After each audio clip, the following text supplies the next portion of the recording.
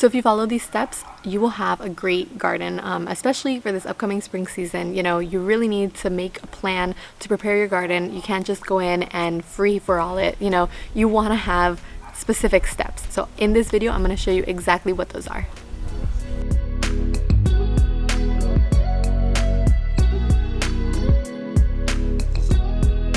Hey, and welcome back guys to Mini Urban Farm, a channel about urban homesteading and gardening in the suburbs. Now, today's video is going to be about getting your garden ready for spring, right? I have all of my notes here, everything that I personally do to get my garden ready for spring, as I've been doing for I don't know how many years now, and I really want to share with you guys so that you guys can have the best spring season in 2021. So first, I do have to say that I am in Florida, right? So we have pretty much an all year round growing season. We don't really have like harsh winters. There's no snow. This past season it got into the 40s, so that was a little bit of a shock, and even some nights it got into the 30s, and I was covering tomatoes in the middle of December and January and all of that. But it is spring season now, and there is definitely a beginning of spring here, right? So it's not like I'm not in South Florida anymore, right? I'm in Central Florida, and there are definitely seasons here, much more than I'm accustomed to. So this is something that is brand new to me, this like change of seasons, right? Before it was like there's hurricane season, there's a wet season, there's a rainy season, and then there's like the dry season, which isn't really dry. There's a ton of rain still. But here there's definitely like a cold period, and now it is spring and things are starting to warm up. It's probably one of the very first times where I see like the trees lose all of their leaves. My soursop tree lost all of its leaves. I was terrified. I thought the thing had died, and now it has a whole bunch of brand new baby leaves, and I'm so excited. That's probably the first time I'd seen that happen in such like a defined fashion, right? So that is the first thing I want to say. There is a spring summer season, but the spring season is starting now, and these crops that I'm planting out, these plants that I started from seed, and I'm gonna direct sow now in a couple of days here, those are gonna be for spring and summer, right? So I'm preparing for spring and summer, and then once summer is over, there's probably like a couple weeks break because it gets so hot here. Then in fall, that will be preparing for the fall garden, right? For fall and winter, and then once winter is over, probably like around the same time, February or so, then March I'll prepare for the following year's spring garden. So right now I'm preparing for spring. Number one, the first thing that you need to do to prepare for spring is start your seeds, and start your seeds before the season is over, right? So start your seeds like January. And I know that if you live indoors, if you live in a cold climate, that is probably easier said than done, but you can start your seeds indoors. You can start in a greenhouse. It does not take that much, right? Like I used to be really afraid of starting your seeds indoors because there's no sunlight or anything like that, but most seeds do not actually need light to germinate. They just need heat. So you can buy heating lamps or heating, like a heating mat to put your seeds right on top of, that actually does the job pretty well. So start your seeds before the season comes in March, right? In April, whenever that comes for your growing zone. You want to have seeds ready to plant out. You don't want to have to start your seeds then and then wait another month and a half, almost 2 months to get your seeds in the garden, right? You want like now. When the season is ready, you want to be able to take those little baby seedlings and put them right in the ground. You don't want to have to wait, because you will cut down on your season time considerably if you start your seeds at this point in time. So whenever it is that your season time actually starts for spring, you know, back it up a month and a half and start your seeds then. It's better to have things ready to go and like bursting at the seams to go into the garden than to start from scratch right now. If you haven't done so, now is a great time to start your seeds. Start them now, start them early, and make sure that they are protected so that when it is time to plant out, they are ready to go. Oh, and one side note, a really good rule of thumb is when plants are ready to go into the garden, you can tell because they will have 2 to 3 sets of true leaves, right? So if you're not familiar with those terms, like when a seed starts germinating, right, it'll germinate like these 2 little, like a set of baby leaves, right? Those are the ones that had the DNA, the genetic material inside the seeds, and those are just like the tester seeds, the tester leaves, right, if you will. So those are not actually what the plant looks like. Those leaves look usually very different than the actual true leaves, right? So once you have 2 or 3 sets of true leaves on your plant, that's a good indicator that you can probably plant it in the garden and there won't be any issues. Now, I like to wait a little bit longer just because I'm not really in a rush. We have a very long growing season here, like I mentioned, so if I wait another week or 2, it's really not going to prevent me from getting a harvest. But once your plants have the 2 to 3 sets of true leaves, they're ready to go, and you can definitely get them outdoors. Alright, so the next step is to rip out your entire garden. And I know that I had been talking about ripping out my garden for a while, and I actually left it in much longer than I thought I was going to. But as you can see behind me, everything is gone. There is no more garden in here. The only thing I have are like my potted plants, my herbs, right? You can see my rosemary plants right behind me, and I have some thyme and oregano, stuff like that that I really, treat as perennials. But everything in the beds pretty much gets treated like an annual plant, and everything got ripped up just a few days ago. I did actually install irrigation. I'm so excited about that. So if you're going to install irrigation, or if you're thinking about that, now would be a good time to do it, right before the start of the season. Once you rip out everything, that's the perfect time to do it. It makes it so much easier and way more convenient. But yeah, time to rip out your garden.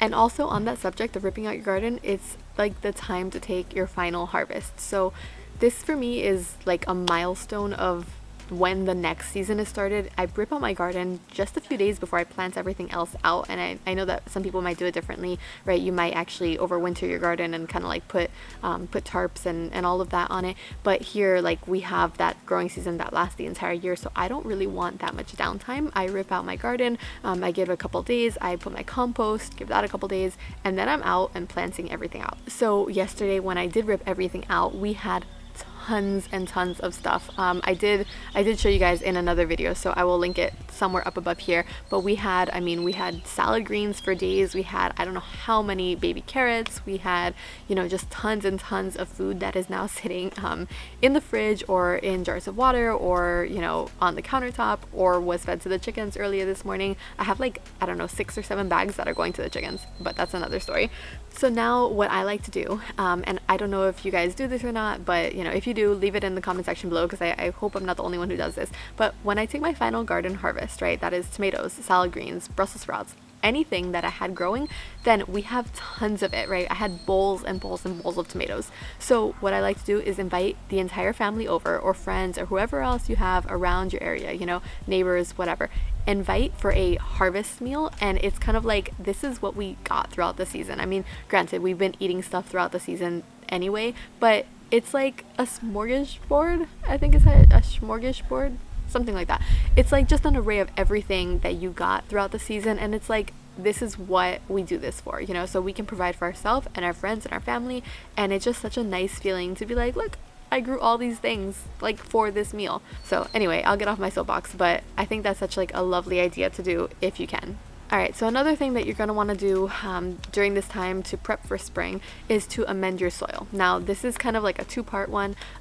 If you don't know what amendments your soil need, you're going to want to test your soil. And you can do that by taking a little soil sample and sending it to like the homestead extension of your county, to the extension office, and they will tell you what it is your soil needs. But another way you can do this is to actually get like one of those testing kits off Amazon, right? It's called a soil testing kit, so you can go on Amazon. I will leave a link to in the description box below to one that I like to use. It's not as accurate as actually getting your soil tested, I will say that, but it gets the job done, and at least you know what amendments your soil needs.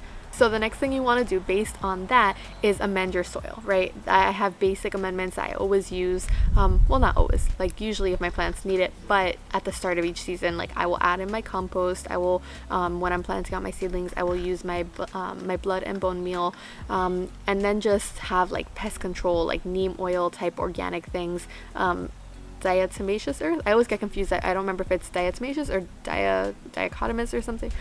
Whatever, I think it's called diatomaceous earth. So I put that down as well. I just make sure I'm stocked up on everything. But some of the things that I use to add to my garden, I will go and I get cow manure compost, right? I will actually use the compost out of my compost bin right here in front of me. Oftentimes that is not like enough compost for me to use, just because I've been using it throughout the seasons, but that's just another thing. If you have homemade compost, now would be a good time to put it in the garden. And then the last thing I use is chicken manure compost, right? I take all of the manure out of my chicken coop, which we actually use the deep litter method. So I'll take all of that from the season, and I will put it directly in the garden beds now that it's been composting for a while. So whatever it is you're using to amend your soil with, now would be a good time to do it. And also just top off your soil, throughout the season. It does, like, the water levels just the sink and the air bubbles sink inside the soil and it just compacts. So, you know, you can start off like my garden bed started off full to the top, and then throughout the season they kind of get lower and lower and lower. Now they're sitting at about halfway full.